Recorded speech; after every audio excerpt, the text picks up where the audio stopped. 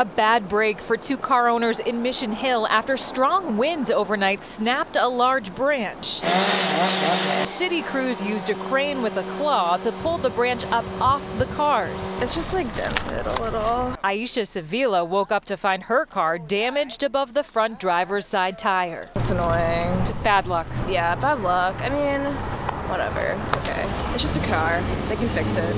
A viewer sent us this video of sheets of rain coming down in Boston as a powerful line of storms rolled through. They caused scattered damage throughout the area. In Newton, a large tree fell across Garland Road, blocking the street overnight.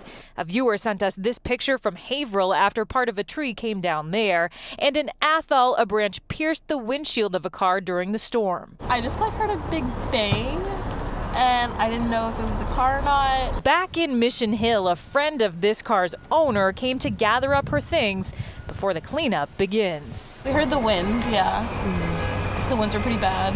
While there is quite a bit of cleanup to do in spots throughout the area, thankfully no injuries have been reported. In Mission Hill, Jennifer Egan, WCVB News Center 5.